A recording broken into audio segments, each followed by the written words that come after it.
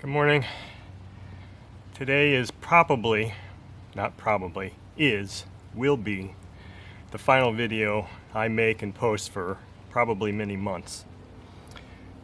The reason is somewhat complicated, but those of you that have read my last community post that I posted last week will understand what's going on in my life.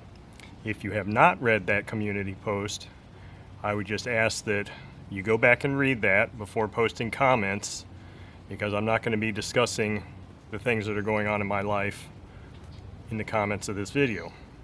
However, that is not the purpose of this video. The purpose of this video is basically the last, for a while anyway, mystery box. Now, this box contents are really not a mystery to me because I already have looked at them and I know what's in them. But there was a really awesome gentleman who lives in Canada contacted me about 4 weeks ago, 3-4 weeks ago, before all these changes in my life began to take place. And he asked if I would like to feature an engine of his that I guess is now mine. His name is Doug. It's an engine that he's had for many, many years, and it was given to him from a flyer probably back in the late 80s or late 70s. The engine may be from the late 70s. I think he said he got this engine basically in the early 80s. It's a very rare, very difficult engine to find any kind of information on. So let me just open it up and start showing it to you while I am talking here. Let's move this out of the way. Now, Doug, if it looks like this is not wrapped exactly as nicely as you had it, it's because it's not. I did open it up and look at it. So here's a letter that Doug wrote to me. David, before I packed it, I checked in. It does turn freely. Pulled ahead, two-piece design, which has two very thin aluminum shims under it. A very interesting design. Yes, and I've seen those types of heads before.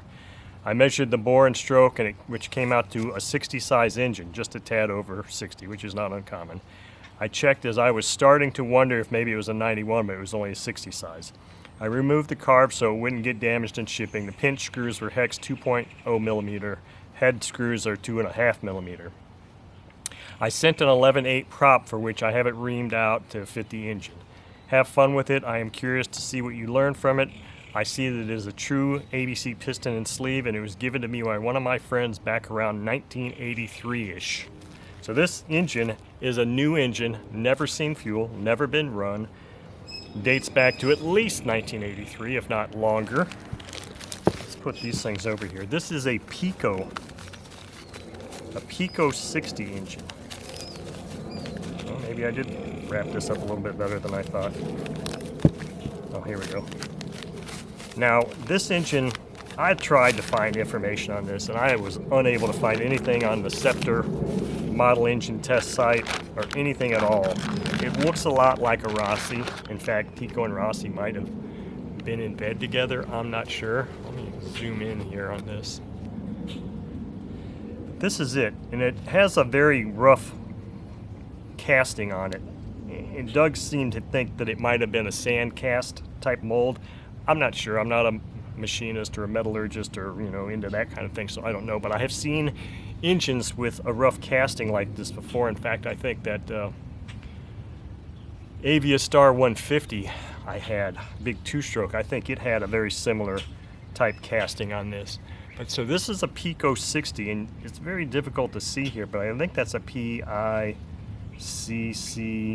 It's just RC maybe 60. It's just, this casting is either really old because it's, I don't know. All I know is it's a Pico 60 engine. And I can't even begin to turn this over by hand. It's that strong. Hopefully you can see here. I'm not sure how well the lighting is on this table right now. But so that's an interesting thing. Now, obviously, these engines were probably really designed to be run with a tuned pipe. However, what came with this engine is this exhaust, which is incredibly interesting, especially for me because I don't really know much about tuned pipes. I've never really ran one. I've tried one, but never tuned it. So, I'm kind of completely ignorant to that. So this is a cool thing. Now, it's just got a single pinch screw here to attach it. But I mean, this is a pretty cool looking cool looking deal here. Now, the plan with this is that I will run this engine. I don't know when, and it won't be in this location because I'm not going to be in this location for much longer. So wherever I move to, my intention is, within the next 12 months at least, get this on the stand and run it. Because I think it would be fun, and I think I owe that to at least Doug at minimum, if not the rest of you also. I don't know if there's a gasket or if there's supposed to be a washer, a high temp washer that goes in there, or what, I'm not sure. But I have not looked at the carb. I really didn't want to pull this carb out because I don't know the, oh yeah, I do want to look at this carb because Doug was saying it's got like an in-flight mixture control type. Oh, look at this thing. Okay, so let's move this aside here. Let's look at this carb for a minute. Wow, this is, wow. Okay, so, yeah, look at that. It's a slide, I just spit all over the place. It's a slide type carb. I've never seen a carb like this before. So I'm assuming that that's our low speed needle right there. Look at that. Hopefully you can see that. That's and it's called like an in-flight mixture adjustment because, man, that sucks that there's just not a whole lot of information on this thing, because I wouldn't have the first idea if this is supposed to be tight. It can go tight, and then you have a high-speed needle, but I don't know. I mean, I'm calling out for help on this one. I mean, okay, so it goes like this on the engine. So somehow this is a setting of some sort. I don't know. I mean, I am utterly clueless about this carb, and that's the bad thing, is that since there is like next to no information on this, I looked on RC Universe, I looked on RC Groups, I couldn't find anything about this. So this is an instance where I am calling out to those people that have a clue what the hell more information you can give me about this engine, and especially this carb, because without really understanding how to set this carb up, I'm not entirely sure of the success I would have in running this engine. So here's what the entire package looks like. Looks pretty freaking interesting. But anyway, I'm going to try to keep this short, but want to thank all of my viewers and subscribers that have been very loyal over the last 6-7 years. Thank you. This channel would not be what it has become without you. My life is changing drastically now.